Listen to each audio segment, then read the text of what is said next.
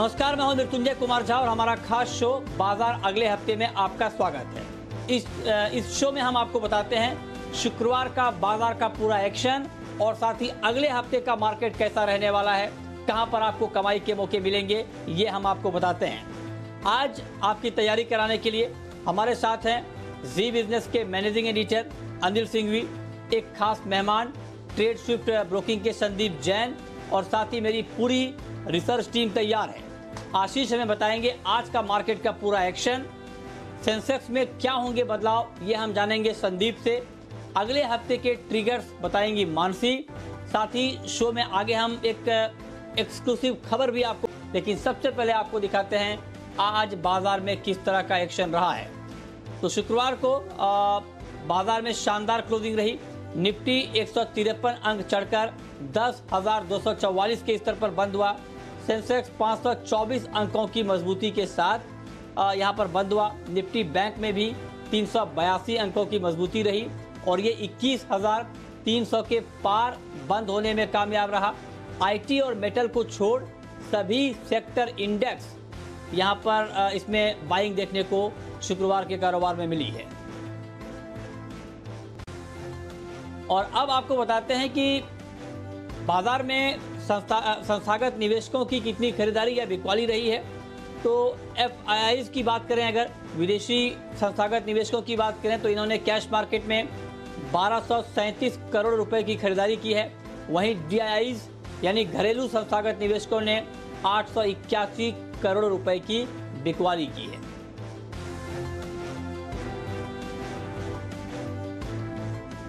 और अब रुक करते हैं आज के बाजार पर एडिटर्स टेक का, और ये बताने के लिए हमारे मैनेजिंग एडिटर अनिल सिंघवी हमारे साथ जुड़े हैं। अनिल जी, बहुत बहुत स्वागत है आपका। मेरा आपसे सवाल ये होगा कि हफ्ते के आखिरी कारोबारी दिन के कारोबार को आप किस तरह से देखते हैं और अगले हफ्ते और खास करके सोमवार का बाजार आपको कैसा दिख रहा है? बाजारों के लिए बेहतरीन हफ्ता। सबसे बड़ी बात है कि जब दुनिया भर के बाजार भारी उतार चढ़ाव दिखा रहे हों, चीन के साथ सीमा पर तनाव हो, एफआईआईज की तरफ से बिकवाली हो, उसके बावजूद हफ्ते के अंत में बाजार बिल्कुल बदल जाए और सबसे मजबूत क्लोजिंग अब तक की दिखाए। जी हाँ, 7,500 तक निफ्टी फिसला और उसके बाद से जो रिकवरी आई, उस रिकवरी में अब तक की सबसे हाईएस्ट क्लोजिंग आपको निफ्टी पर मिली है 10,200 के पार और बैंक निफ्टी पर 21,300 के पार। यह हाईएस्ट लेवल है। कॉन्फिडेंस दिखा रहा है बाजार, जबरदस्त तेजी होती हुई देखिए। आज की तेजी के पीछे 2-3 कारण है। पहला तो ये कि अमेरिकी बाजारों में अब रेंज छोटी हो गई 2 दिनों से, तो बहुत उतार चढ़ाव हो नहीं रहा, हल्की सी कमजोरी थी। लेकिन उसके बाद डाउ फ्यूचर्स धीमे धीमे ऊपर जाते रहे, तो दिन भर डाउ फ्यूचर्स से आपको कॉन्फिडेंस आ गया, पहला पॉइंट। दूसरा, एफआईआईज की बिकवाली जो लगातार हो रही थी, कल के आंकड़े बढ़िया हैं, तो उन्होंने शॉर्ट कवरिंग भी की है, हल्की खरीदारी भी, तो कम से कम बेचने का मूड बदल दिया और घरेलू फंड तो खरीद ही रहे हैं, तो दोनों तरफ से आंकड़े अच्छे। ये दूसरी बात। तीसरी बात, जो हफ्ते वाली एक्सपायरी कल होनी थी वो हो गई और उसका प्रेशर खत्म हो गया। इनफैक्ट प्रेशर क्या, वो तो शॉर्ट कवरिंग ही दे रहा था, तो शॉर्ट कवरिंग हो गई और आज फिर से महीने वाली एक्सपायरी का जो हफ्ता शुरू हुआ है उससे और तेजी बनती हुई दिखी और फ्रेश खरीदारी आई। ये तीसरा कारण था। और चौथा कारण जो सबसे बड़ा हमारा अपना, चीन के साथ जो तनाव चल रहा है, उस तनाव को लेकर कहीं कोई खबर नहीं, न अच्छी न बुरी, तो बाजार को बड़ी रिलीफ मिली है कि कोई अच्छी भी नहीं है बुरी भी नहीं, खबर न्यूट्रल है, तो बाजार चढ़ गए। तो हफ्ते के आखिरी दिन इस तरह के माहौल में बाजार जिस तरह की हाईएस्ट क्लोजिंग दे रहे हैं, ये कॉन्फिडेंस दिखा रहा है। और ये कॉन्फिडेंस सिर्फ दिग्गजों में नहीं है, इसके बाहर तो और भी जबरदस्त है। Mid cap small cap share तो जो भाग रहे हैं आप सोच भी नहीं सकते, ऐसी दौड़ लगा रहे हैं कि पूछे मत। तो जबरदस्त आग लगी है, खतरनाक तेजी होती हुई दिख रही है। आप देखिए जी बिजनेस के मालामाल वीकली स्टॉक कल भी 20% सर्किट, आज सर्किट, मतलब इतना कहने के बाद कि नहीं भाई इन्हें इन्वेस्टमेंट के तौर पर आराम से लीजिए, लेकिन उसके बावजूद इगाराशी मोटर्स, उसके अलावा HIL, तो ये दिखा रहा है कि कितनी एपेटाइट है, भूख है, लोग पैसा लगाना चाहते हैं, इन्वेस्ट करना चाहते हैं, अच्छे आइडियाज ढूंढ रहे हैं। तो कुल मिलाकर एक बहुत ही बेहतरीन ट्रेडिंग सेशन, किसी को कोई कंप्लेन नहीं। फिर कल ही की तरह आज भी पूरी तेजी आपको स्क्रीन पर होती हुई दिखी है। सुबह से लेकर शाम तक आराम से आपको हर लेवल पर खरीदारी और बिकवाली का मौका बना है। जो जहां पर खरीदना चाहता था उसे मौका मिला, जहां बेचना चाहता है वहां मौका मिला, और स्क्रीन पर जो एक्शन होता है उसका मजा ही अलग है। तो एक और बेहतरीन ट्रेडिंग सेशन भारतीय बाजारों के लिए आज का। ओके, ठीक है। लेकिन आज जो एक्शन मार्केट में दिखा है उसमें किन किन खबरों की भूमिका रही है, कंट्रीब्यूशन रहा है, और खबरों के दम पर अलग अलग सेक्टर में क्या एक्शन दिखा है, ये बताने के लिए हमारे सहयोगी यहाँ पर जोड़ रहे हैं। आशीष बताइए। देखिए, हफ्ते के आखिरी कारोबारी दिन बाजार में अच्छी तेजी देखने को मिली। निफ्टी की बात करें तो 10,200 के पार निकला है और 11 मार्च के बाद ये 10,200 के ऊपर की क्लोजिंग देखने को मिली। काफी बढ़िया एक ब्रॉड बेस्ड रैली देखने को मिली। सबसे पहले उन स्टॉक्स पर फोकस करते हैं जहां पर आज के सत्र में तेजी की पोजीशन बनती हुई नजर आई। गोदरेज प्रॉपर्टीज और इक्विटास दोनों स्टॉक्स पर नजर रखिए। दिन के दौरान बढ़िया तेजी देखने को मिली। साथ ही ओपन इंटरेस्ट में अगर आप देखें तो 29% का उछाल देखने को मिला। एल&टी फाइनेंस, फेडरल बैंक यहाँ पर भी बढ़िया तेजी देखने को मिली और ओपन इंटरेस्ट 20% बढ़ते हुए नजर आया। लेकिन एनआईटी टेक यहाँ पर गिरावट देखने को मिली। स्टॉक में अगर आप देखें तो ऊपरी स्तरों से गिरावट देखने को मिली और ओपन इंटरेस्ट है उसमें 22% का इजाफा देखने को मिला, यानी यहाँ पर जो है मंदी की पोजीशन बनती हुई नजर आई। लेकिन कुछ स्टॉक्स ऐसे भी थे जहां पर शॉर्ट कवरिंग के दम पर रैली देखने को मिली। पंजाब नेशनल बैंक यहाँ पर ओपन इंटरेस्ट जो है 11% घटते हुए नजर आया। मुथूट फाइनेंस करीब 14% का ओपन इंटरेस्ट यहाँ पर घटा है और शॉर्ट कवरिंग के चलते यहाँ पर तेजी देखने को मिली। लेकिन अगर आप सेक्टर स्पेसिफिक एक्शन की बात करें तो सबसे ज्यादा जो एक्शन है वो रियल एस्टेट स्टॉक्स में देखने को मिला। DLF, Phoenix mills, India bulls real estate और सोबा डेवलपर्स अच्छे उछाल के साथ बंद हुए। बैंकिंग स्टॉक्स और एनबीएफसी स्टॉक्स में अगर आप देखें तो लगातार तेजी देखने को मिल रही है और आज के सत्र में भी बंधन bank, federal bank, ICICI bank और एक्सिस बैंक में तेजी देखने को मिली। लेकिन एनबीएफसीज ने जो है वो पूरे बाजार को आउट परफॉर्म किया। India bulls, housing finance record तेजी यहाँ पर देखने को मिली। चोला इन्वेस्ट, बजाज फिनसर्व जो कि सेंसेक्स रीबैलेंसिंग का भी एक असर देखने को मिला और उज्जीवन यहाँ पर भी अच्छी तेजी देखने को मिली। ऑटो स्टॉक्स में देखें तो खासतौर पर जो मिड कैप स्पेस से ऑटो स्टॉक्स हैं वहां पर एक कहीं ना कहीं बढ़िया तेजी, एक नई खरीदारी देखने को मिल रही है। अशोक लेलैंड, टाटा मोटर्स, भारत फोर्ज और मारुति अच्छी तेजी के साथ बंद हुए। लेकिन बाजार को देखिए अंडर परफॉर्म किया है मेटल स्टॉक्स ने। आज यहाँ पर ऊपरी स्तरों से एक मुनाफा वसूली देखने को मिली। दिग्गज, वेदांता, हिंडाल्को और जेएसडब्ल्यू स्टील तीनों ही स्टॉक जो है मामूली गिरावट के साथ बंद हुए। लेकिन सबसे ज्यादा एक्शन जो है बाजार में देखने को मिल रहा है मालामाल वीकली सीरीज की जो शुरुआत हुई है। कल हमने आपको एगारसी मोटर्स के बारे में बताया था, 20% का अपर सर्किट वहां पर देखने को मिला। आज एक कंटिन्यूएशन रैली देखने को मिली और आज भी अगर आप देखें तो 13-14% के अपमूव के साथ बंद हुआ है। यानी 2 दिन में अगर आप देखें तो ऑलमोस्ट 30 से 34% की तेजी एगारसी मोटर्स में देखने को मिली। लेकिन आज जो हमने आपको स्टॉक बताया वहां पर भी कमाल बिल्कुल बरकरार देखने को मिला। एचआईएल लिमिटेड 20% का अपर सर्किट जो है पूरे दिन बरकरार देखने को मिला। सोमवार को फिर एक ऐसा ही धमाकेदार स्टॉक हम आपको बताएंगे। जुड़े रहें इसी बिजनेस के साथ। ओके, ठीक है। तो ये खबरों के दम पर कहाँ कहाँ पर एक्शन दिखा ये आपको आशीष ने बताया। लेकिन अब रुक करते हैं अपने खास मेहमान का और हमारे साथ हैं ट्रेडशिफ्ट ब्रोकिंग के संदीप जैन साहब। संदीप जी, बहुत बहुत स्वागत है आपका। शुक्रवार के कारोबार को आप ओवरऑल किस तरह से देख रहे हैं और आज के कारोबार को देखते हुए मंडे के लिए इंट्राडे ट्रेड आपके लिहाज से कहाँ बनेगा? बिल्कुल, देखिए ग्लोबल क्यूज भी पॉजिटिव ही थे। वहां पे वॉलेटिलिटी कम हुई है, भले वो सीबीओ विक्स हो या इंडिया विक्स हो, वहाँ कंसोलिडेशन दिख रहा है। इसका मतलब जो एक फियर फैक्टर था मार्केट में एक बहुत बड़ा, वो काफी कम हो गया है। तो उसकी वजह से भी वॉलेटिलिटी कम हुई है। जो अनिल जी ने कहा कि कम रेंज में अब डाउ जोन्स ऊपर नीचे हो रहा है, तो वो एक पॉजिटिव था मार्केट के लिए। और देखिए जिस तरीके से स्टॉक्स चले हैं, मिड कैप्स चले हैं और जो एक बायबैक को लेकर जो एक न्यूज आई थी, पॉजिटिव न्यूज है वो इनफैक्ट छोटे शेयर्स के लिए। और मुझे ऐसा लगता है कि जो नो नेगेटिव न्यूज थी डोमेस्टिकली, जो अनिल जी भी कह रहे थे कि भाई कोई भी न्यूट्रल सा माहौल था, क्योंकि कोविड को लेकर थोड़ा सा टेंशन ये रहता था कि नंबर्स बढ़ रहे हैं, बट अब कहीं ना कहीं ऐसा लगता है कि बाजार भी नजरअंदाज कर रहा है और जो लोग हैं, जो लोग इकोनॉमी में या हम लोग सब जो अब डे टू डे लाइफ में कहीं ना कहीं उसको अब एक नॉर्मल मान रहे हैं और कोशिश कर रहे हैं कि वापस बैक टू नॉर्मल आए। तो उसकी वजह से हर चीज एक ठीक हुई और आज जो क्लोजिंग दी है मार्केट ने बहुत बड़ा कॉन्फिडेंस दिखा था। बट फिर भी मैं यही कहूंगा कि कॉशियस रहना, हमें क्वालिटी स्टॉक्स के साथ ही जाना है।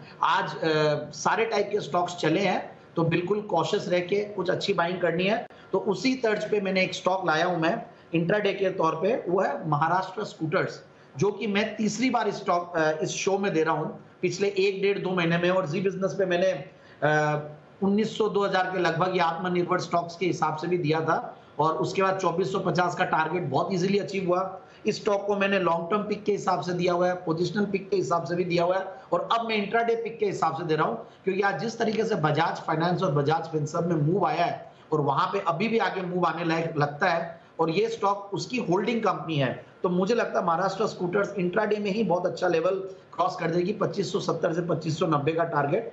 और पोजिशनल तौर पे मैं जो स्टॉक लाया हूं वो है ग्रीन प्लाई इंडस्ट्रीज। ये एक स्टॉक है जो कि एक तरीके से अंडर परफॉर्मर है और ओवरऑल पूरे इस रैली में पार्टिसिपेट नहीं किया है। और आज इसका जो कॉम्पिटिटर है, जो इससे बड़ी साइज की है, डबल साइज की कंपनी है, वह सेंचुरी प्लाई, जो कि बहुत अच्छा परफॉर्म किया 7-8%, बट ये स्टॉक 1-1.5% ही चला। तो मुझे लगता है कि यहाँ पे डाउनसाइड भी बहुत कम है। 84 रुपए का स्टॉप लॉस लगाए, 89 रुपीज का करंट मार्केट प्राइस है और 102 से लेकर 105 की टारगेट के लिए पोजिशनल पिक के तौर पे स्टॉक को लिया जाए। ओके, और कोई positional trade sir next week के लिए आपको दिख रहा हो? बिल्कुल, ये पोजिशनल तौर पे पिक के तौर पे मैंने ग्रीनप्लाई इंडस्ट्रीज दे दिया। ओके, ठीक है, तो इंट्राडे और पोजिशनल आपने बता दिया है। चलिए अब आगे बढ़ते हैं और अब रुक करते हैं एक एक्सक्लूसिव खबर का, और ये खबर बताने के लिए हमारे साथ हैं जी बिजनेस की एग्जीक्यूटिव एडिटर स्वाति खंडेलवाल। स्वाति, बताइए। बिल्कुल, एक्शन भरपूर है पीएसयूज में, और वो आत्मनिर्भर भारत के बाद आप देखिए कितना पीएसयू स्टॉक्स पर फोकस है। मैं आज जो खबर बता रही हूँ वो है, स्टॉक का नाम है BEML, भारत अर्थ मूवर्स। ये कंपनी ने जो मुझे सूत्र बता रहे हैं, मेक इन इंडिया के तहत EOI पे उनको जबरदस्त बढ़िया रिस्पांस मिला है। इनफैक्ट सूत्र बता रहे हैं कि बहुत सारी ग्लोबल कंपनीज इंडिया में इंटरेस्ट दिखा रही है। माइनिंग, रेल ट्रांसपोर्टेशन, ये 2 स्पेसिफिक एरियाज हैं जहां से वर्ल्ड की लीडिंग कंपनीज इनके साथ टाई अप करके यहाँ काम करना चाह रही हैं। खास बात यह है कि BEML की एक्सप्रेशन ऑफ इंटरेस्ट जो मंगाई थी उसकी डेट है 22 जून, लास्ट डेट है 22 जून। ऑलमोस्ट 1 महीने तक ये खुला था एक्सप्रेशन ऑफ इंटरेस्ट, और चूंकि अब ये लास्ट लेग में है, इसमें फाइनल रिजल्ट्स आ रहे हैं जिसमें कंपनीज का जबरदस्त इंटरेस्ट है। जैसा मैं बता रही हूँ, माइनिंग और रेल ट्रांसपोर्टेशन आप ध्यान रखिए, स्पेशली अंडरग्राउंड माइनिंग पर वहां कंपनीज टाई अप करना चाह रही हैं। BEML की ऑब्वियसली खास बात यह है कि वो PSU है, उनके पास जबरदस्त इंफ्रास्ट्रक्चर है, फैसिलिटी है जिसको वो यूटिलाइज कर सकते हैं, और partnerships defence, aerospace, mining, construction, metro, railways, इन सबके लिए इन्होंने खोली है। और अब कंपनी चाह रही है कि वो पार्टनरशिप के तौर पर आगे बढ़े और बहुत सारी कंपनीज को यहाँ इन्वाइट करे। मैं आपको 2 इंपॉर्टेंट डेट्स यहाँ बताती हूँ। 22 जून को लास्ट डेट है एक्सप्रेशन ऑफ इंटरेस्ट का, और 27 जून को कंपनी की बोर्ड बैठक है, उस पर ये चर्चा जरूर होगी। जो रिस्पॉन्सेज आ जाएंगे, अब नेक्स्ट स्टेज होगी कि उन कंपनीज के साथ मिलकर बातचीत करके कैसे आगे बढ़ा जाए, किस तरीके की पार्टनरशिप, कैसा ROI होगा, वो डिटेल्स आएंगी। बट ये एक बहुत पॉजिटिव मूव दिख रहा है और एक पॉजिटिव ट्रेंड दिख रहा है कंपनी के लिए कि उनको अच्छा रिस्पांस मिल रहा है ग्लोबल कंपनीज से, और वो इसमें वैल्यू देख रहे हैं और पार्टनरशिप के लिए बिल्कुल तैयार हैं। ओके, ठीक है। इस खबर को देखने के बाद संदीप जी, आपका व्यू BEML के ऊपर क्या बन रहा है? देखिए, BEML समहाउ ठीक ही लगता है, और ओवरऑल PSUs के साथ एक जो प्रॉब्लम रहती है वो ये है कि फंडामेंटल्स भी अच्छे रहते हैं, डिविडेंड यील्ड भी अच्छी रहती है, सब कुछ बहुत बढ़िया है, बट मार्केट में वैल्यूएशन नहीं मिलता है क्योंकि FIIs का इंटरेस्ट थोड़ा कम रहता है, क्योंकि डिसइन्वेस्टमेंट का हमेशा ये लोग एक कैंडिडेट रहते हैं। बट इस बार जो है ये स्ट्रेटेजिक डिसइन्वेस्टमेंट अगर करते हैं और EOIs मंगवा रहे हैं और लोगों को बेचेगी भी सरकार, कहीं ना कहीं ये चीज समझ में आ गई सरकार को कि स्ट्रेटेजिकली कंपनियों को बेचना है, भले ही वो कॉनकोर की बात चल रही थी या SCI की बात चल रही थी या भारत पेट्रोलियम की बात चल रही थी, और BEML की भी ये पॉजिटिव न्यूज है जो कि एक्सक्लूसिवली जी बिजनेस पे जो आई है। तो मुझे लगता है कि जिन्होंने ले रखा वो बिल्कुल होल्ड करें। बाकी फ्रेश निवेश के लिए चूंकि इतनी सारी अपॉर्चुनिटीज है दूसरी भी, बल्कि इसी तर्ज पे एक और दूसरी कंपनी है BEL, वो मुझे फंडामेंटली और बेहतर लगती है। हालांकि वहां पे इस टाइप की पॉजिटिव न्यूज नहीं है, बट जिस तरीके का एक कंसोलिडेशन हो और जिस तरीके का डिफेंस में इस कंपनी का कारोबार है और जो फंडामेंटल्स है वो काफी अट्रैक्टिव लगते हैं। और ये बियॉन्ड फंडामेंटल्स, कभी भी ये फंडामेंटल्स को अंडर प्ले किया है, चला नहीं है। कई महीनों से अगर देखते हैं बिफोर कोविड ऑल्सो और अभी भी, तो मुझे लगता है कि BEL पे ज्यादा फोकस कर सकते हैं, और बाकी BEML is a good hold from my side. Okay, ठीक है, चलिए आगे बढ़ते हैं। सेंसेक्स में कुछ बदलाव होने वाला है, ये बदलाव क्या होंगे ये बताने के लिए संदीप हमारे साथ जुड़े हैं। संदीप, बताइए। देखिए, आज शुक्रवार यानी कि 19 जून से सेंसेक्स की जो रीबैलेंसिंग है वो इफेक्टिव होती हुई दिखी है, जिसके तहत बजाज फिनसर्व का स्टॉक जो है वो हीरो मोटो की जगह लेता हुआ दिखेगा। 22 मई को ये अनाउंसमेंट्स हुए थे और 22 जून की जो ओपनिंग है उससे इफेक्टिव हुआ। तो आप मान के चलिए कि आज यानी कि शुक्रवार की जो क्लोजिंग हुई है उससे पहले ये जो बदलाव है कहीं ना कहीं लागू होते हुए दिखे हैं, जिसके तहत आप देखें बजाज फिनसर्व का सेंसेक्स में करीब 0.9% के आसपास का वेटेज होने की संभावना है। इसके तहत बजाज फिनसर्व के करीब 5 लाख शेयरों की खरीदारी होने की संभावना है, जिससे करीब $3.5 करोड़ के आसपास का निवेश आता हुआ दिखेगा। जो भी सेंसेक्स ओरिएंटेड फंड्स होती हैं उनकी ओर से पैसिव बाइंग होती हुई दिखेगी। और उसके साथ साथ हीरो मोटो के स्टॉक में आप देखिए इतनी ही बिकवाली होगी करीब $3.5 करोड़ के आसपास की, यानी कि करीब 11 लाख शेयरों के आसपास का जो एक आउटफ्लो है वो हीरो मोटो के स्टॉक में देखने को मिलेगा। तो ये रीबैलेंसिंग का इंपैक्ट जो है वो कहीं ना कहीं इन दोनों शेयरों में देखने को मिलेगा। ओके, ठीक है। और अब रुक करते हैं हमारी खास पेशकश का, शर्मा जी के ऑप्शन का।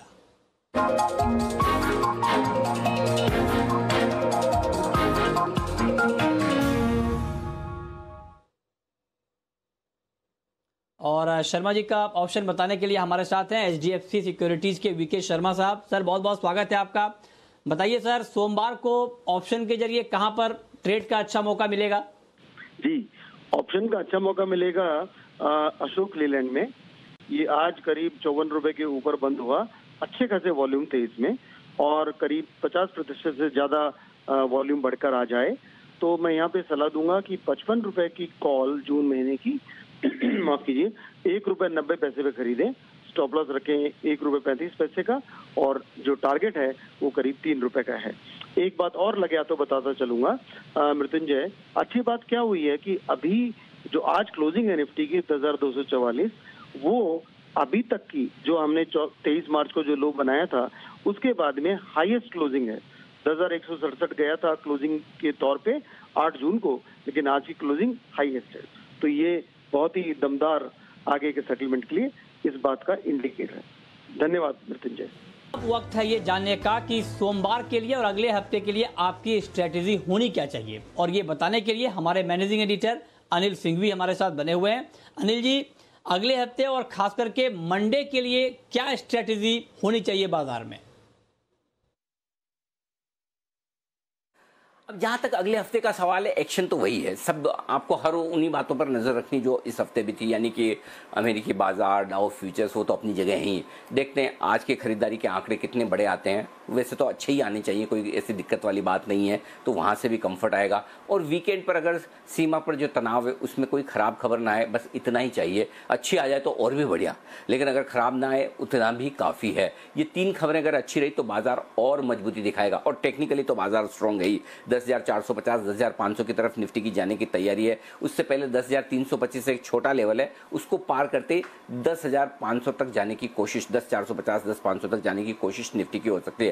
अब आपके लिए 10,000 बड़ा बेस हो गया। लगातार 2 दिन से आप 10,000 के ऊपर फिर से बंद हो रहे हैं, तो 10,000 को मजबूत सपोर्ट मान लीजिए और तेजी में बने रहिए। जहां तक बैंक निफ्टी का सवाल है, 20,900, 21,000 अब सपोर्ट का काम करेगा सोमवार के लिए, और ऊपर की तरफ एक बार 21,600, 21,800 की रेंज में जाने की कोशिश हो सकती है। और बाद में जो अगला टारगेट बैंक निफ्टी के लिए बनेगा वो 22,000, 22,200 की रेंज में बनता हुआ दिखेगा। तो दोनों ही इंडेक्स और ऊपर जाने को तैयार है। अच्छा, इंडेक्स में चाल थोड़ी धीमी पड़ सकती है, कोई बड़ी बात नहीं। जिस तरह से तेजी से हम भागे, थोड़ा रुक रुक कर चलेंगे, लेकिन इंडेक्स के बाहर बहुत एक्शन है। मिड कैप, स्मॉल कैप शेयरों में stock specific action, sector specific action, rotation से एक सेक्टर चलना, उस सेक्टर के स्टॉक्स बढ़ना। कैश मार्केट के 25, 50, 100 रुपए वाले शेयर ऐसे भाग रहे हैं जैसे कल मिलेंगे ही नहीं। तो वो यूफोरिया जो है, ऐसा लग रहा है अभी थोड़ा और चलेगा। तो उस लिहाज से आपको वहां जल्दी जल्दी पैसे बनाने के मौके हैं, लेकिन ये ध्यान रहे क्वालिटी स्टॉक खरीदना है, पैसे टाइम से बनाकर निकलना भी है। ऐसा ना हो कि आप एकदम हाईएस्ट लेवल पर ही अटक जाएं।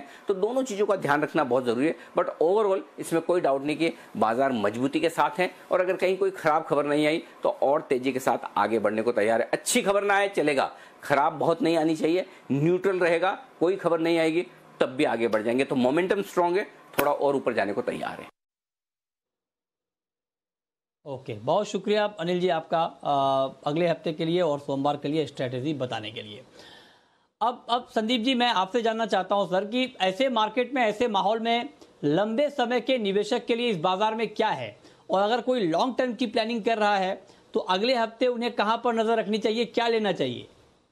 बिल्कुल बिल्कुल, बहुत सारी अपॉर्चुनिटीज है और ऑलरेडी इंट्राडे और पोजिशनल तो दी है, वो भी बहुत अच्छी लॉन्ग टर्म पिक्स भी हैं। और जिस तरीके से अनिल जी कह रहे कि क्वालिटी ही लेना है, और जो कह रहे कि यूफोरिया हो गया, हर स्टॉक्स चल रहे हैं और इंडेक्स के बाहर भी बहुत गर्मा गर्मी है, तो वैसा ही कुछ जो स्टॉक्स नहीं चले हैं और जहां पे डाउनसाइड रिस्क कम है, जिस तरीके से वो 23 मार्च 24 मार्च को जो पैनिक था और वहां पे जो वो एक बॉटम बनाया, और वो अगर 10-15% ही दूर हो और अभी भी मूव आना बाकी हो, तो वैसी स्टॉक को मैंने चुनने की कोशिश की है, और वो है नीलकमल लिमिटेड। नीलकमल लिमिटेड अगर हाउस होल्ड नेम है, सबको पता है, और सबसे बढ़िया बात है ये वर्ल्ड का सबसे बड़ा प्रोड्यूसर है मोल्डेड प्लास्टिक फर्नीचर्स की। बहुत फेमस कंपनी है, फेमस ब्रांड है, और सबसे बढ़िया बात है ये कंपनी अभी नए कुछ और रेवेन्यूज स्टार्ट की है, जैसे कि ये लोग अपने लाइफस्टाइल होम सॉल्यूशंस में एंटर किए हैं, फिर मैट्रेसेस में एंटर किए हैं, और कुछ मटेरियल हैंडलिंग सॉल्यूशंस में जहां प्लास्टिक्स यूज होते हैं। तो इस टाइप की नई एक्टिविटीज से और भी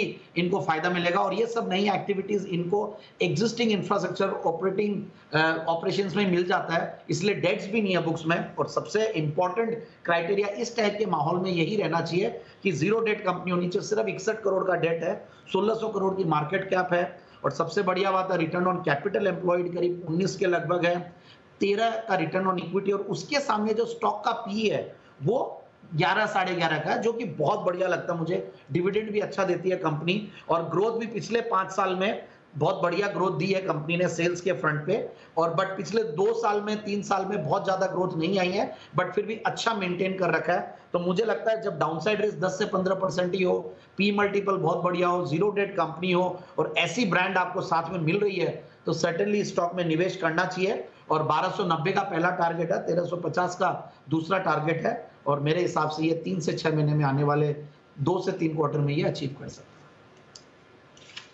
हैं। ओके, ठीक है। और अब हम आपको बताने जा रहे हैं सोमवार के लिए ऑप्शन का एक और trade.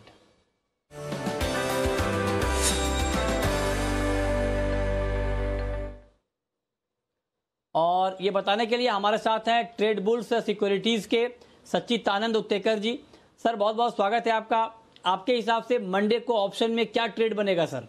Good evening Mrityunjay. Mrityunjay, यहाँ पर अगर हम लगातार 3 दिनों का डेटा देखें तो एक वर्टिकल मूव आई है, लगभग 400 पॉइंट की एक स्ट्रेट फॉरवर्ड मूव थी। एंड अगर हम वीकली चार्ट पे देखें तो काफी अच्छी तेजी दिखाई दे रही है।